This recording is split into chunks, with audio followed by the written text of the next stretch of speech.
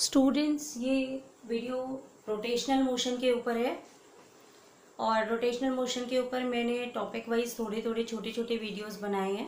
Description box में link आपको मिलेगा, अगर आप पढ़ना चाहें तो आप वहाँ से देख सकते हैं।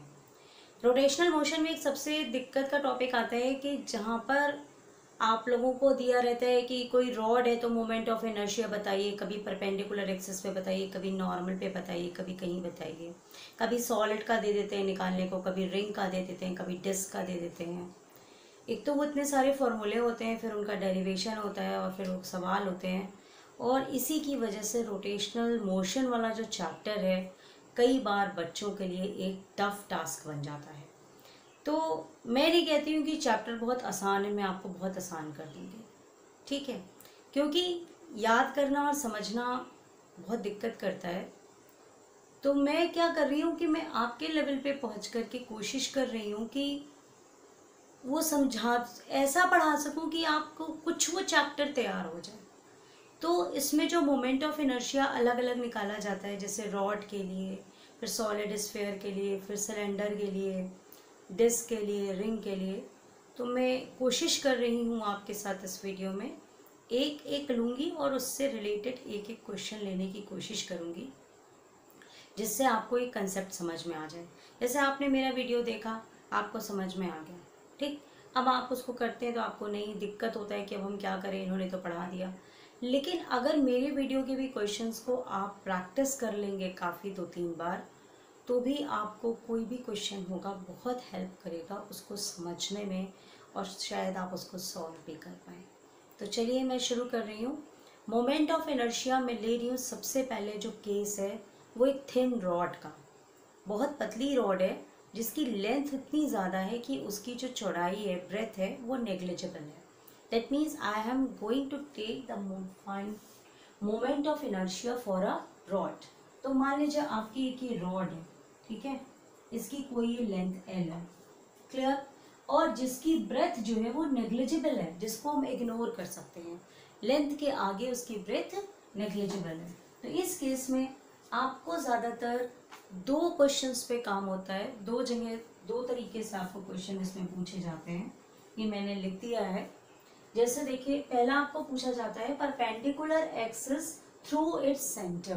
तो ये आपकी रॉड हो गई ए बी, और आपको मोमेंट ऑफ इनर्शिया निकालना है इस मिडिल पॉइंट से, इस रॉड के बीचों बीच से परपेंडिकुलर एक्सिस से थ्रू, जो कि उसके सेंटर से जा रही है, रॉड के एकदम मिडिल पॉइंट से जा रही है, ठीक है। तो मैं डेरिवेशन नहीं सिखा रही हूँ, डेरिवेशन सिखाने बैठ जाऊंगी तो फिर आपका कंफ्यूजन हो जाएगा। तो आपका उस पर डायरेक्ट फॉर्मूला आप याद करिए, m is what, mass of the rod, L is the length of the rod, ml square by 12, ठीक है। अगर आपको मिडल से निकालना है, perpendicular axis through its centre, middle से जा रहा हो, सेंटर से जा रहा हो, ठीक है। दूसरा केस आपको पूछा जाता है perpendicular axis through it's one and, यानी आपको रॉड की किसी एक एंड से, इस एंड से भी पूछ सकते हैं और इस एंड से भी पूछ सकते हैं, उससे कोई मैटर नहीं करता। तो वहां पे आपका मोमेंट ऑफ इनर्शिया हो जाएगा ml स्क्वायर अपॉन 3। तो यहाँ पर आपका क्या है, 12 है, और आपका यहाँ पे क्या है, 3 है। वैसे मैं आपको याद दिला दूं, मोमेंट ऑफ इनर्शिया का जनरल फॉर्मूला क्या होता है, mass into square of the distance from axis of rotation, ठीक है। तो जब किसी रॉड के एंड से हम निकालते हैं तो वो फॉर्मूला आपका हो जाएगा ml square over 3। L is the length of the, इसी चीज को मैं अब एक क्वेश्चन से बता रही हूँ, ठीक है। मान लीजिए आपके पास एक क्वेश्चन है कि आपकी कोई रॉड है, वो 10 मीटर्स लॉन्ग है और उसका जो मास है वो मान लीजिए 2 kg है, ठीक है। और आपको इस थिन रॉड की मिडल से भी जो परपेंडिकुलर एक्सिस आ रही है वहां पे मोमेंट ऑफ इनर्शिया निकालना है, और मान लीजिए सेकेंड केस में वो एंड से जा रही है तो आपको मोमेंट ऑफ इनर्शिया निकालना है। तो कुछ भी नहीं करना है, you just simply use the formula, और आपका परपेंडिकुलर एक्सिस जब उसके सेंटर से जाएगी तो आपका मास क्या है, 2 kg, लेंथ स्क्वायर क्या हो जाएगा, 10 into 10 over 12। So we have 2 6 are 12, 2 5 are 10, 2 3 are 6, that means 50 by 3, that means अब हम इसको डिवाइड करेंगे, 3 1 3 1 4 5, 3 6 18, 16.67 यूनिट क्या हो जाएगी, kilogram metre square. So this is the moment of inertia when we have to find at the perpendicular axis through its centre. तो जब उसके मिडल से निकालना होगा, बस डेटा आपका यही है, आपका फॉर्मूला ये हो गया. ठीक है.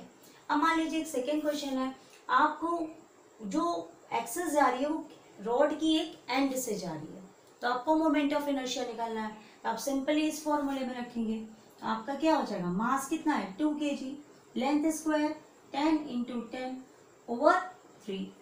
That means what we have for example, अगर हम इसको डिवाइड करेंगे 3 6 18, 19 20, 0.66 into 100, that means what we have 66.67 kilogram metre square.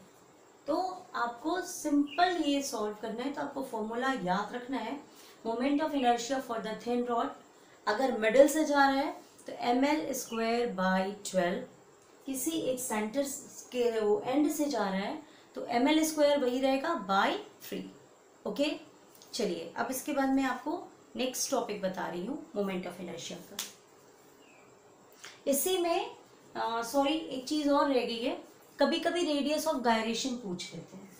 Radius of gyration पूछते हैं, तो रेडियस ऑफ गायरेशन अगर हमें निकालना है दोनों केसेस में, तो हम कैसे निकालेंगे. रेडियस ऑफ गायरेशन का हमारा फॉर्मूला होता है mk². This is the radius of gyration का फॉर्मूला. ठीक है. तो रेडियस ऑफ गायरेशन आपका ये k है, तो ये आपको निकालना है. तो moment of inertia radius of gyration के टर्म्स में ये होता है. तो आपने दोनों को कंपेयर कर दिया, ml²/12 is equal to mk². Radius of gyration हम k से रिप्रेजेंट करते हैं, ये दोनों कट जाएगा, तो k की वैल्यू यहाँ पे क्या आ गई, l. आप उसका अंडर रूट करेंगे तो 2√3 in case of when it passes through its centre. इसी तरीके से जब वन एंड से जाएगा तो रेडियस ऑफ गायरेशन डिफरेंट हो जाएगा, यानी रेडियस ऑफ गायरेशन अलग अलग केसेस में अलग अलग होता है. तो बस आपको फॉर्मूले के बराबर आपको इक्वेट करना है, mk² is equal to ml²/3. we have k² is equal to l²/3. that means k is equal to l/√3. so moment of inertia अलग अलग केस में अलग अलग है और उसी से रेडियस ऑफ गायरेशन अलग अलग हो जाता है. ठीक है. तो फिर से रिपीट कर लेते हैं, जब सेंटर से जाएगा थिन रॉड के लिए ml²/12, और जब किसी एक एंड से perpendicular axis through it's one of its and, तो फिर हमारा थिन रॉड के लिए होगा ml²/3. ठीक है. अब इसके बाद नेक्स्ट केस लेते हैं. रोटेशनल मोशन का ये जो टॉपिक था ये रॉड पर मैंने बनाया है, और जो दूसरा टॉपिक आपको देखना है तो जैसे सर्कल का है या सिलेंडर का है, वो सब अलग अलग वीडियोस बनाए हैं, छोटे छोटे बनाए हैं, जिससे अगर एक साथ आप वो सारा स्टडी करोगे तो हो सकता है कि कुछ बच्चों को फॉर्मूला याद करने में दिक्कत हो. तो जिनको आसानी है तो कोई दिक्कत नहीं है, लेकिन जिनको हो सकता है प्रॉब्लम हो रही हो, इसलिए मैंने इन वीडियोस को छोटा छोटा कर दिया है, जिससे आप लास्ट तक देखें. तो ये एक टॉपिक पर है, फिर आप मेरी वही डिस्क्रिप्शन बॉक्स के लिंक से देख लीजिएगा. रोटेशनल मोशन का जैसे कोई भी वीडियो मैंने इसी में नीचे लिंक दिया है, या आप उस लिंक से दूसरे वीडियो पे रोटेशनल मोशन के जाएंगे तो वहाँ पर भी आपको दूसरे वीडियो का लिंक मिल जाएगा. यदि आप पूरा रोटेशनल मोशन के डिफरेंट टॉपिक्स पे देखना चाहते हैं तो आप लिंक से चले जाइएगा. और मैं तो आपसे कहूँगी कि आप सारे वीडियोस देखिए, आपके ये जो वीडियोस हैं आपको कुछ ना कुछ ज़रूर सिखाएंगे. और मेरे चैनल को वॉच करने के लिए बहुत बहुत धन्यवाद बेटा. हो सकता है तो अपने दोस्तों को बताओ, शेयर कर दो और सब्सक्राइब ज़रूर कर दो. अगर सिर्फ देख के चले जाते हो तो मुझे अच्छा लगेगा. Okay, all the best.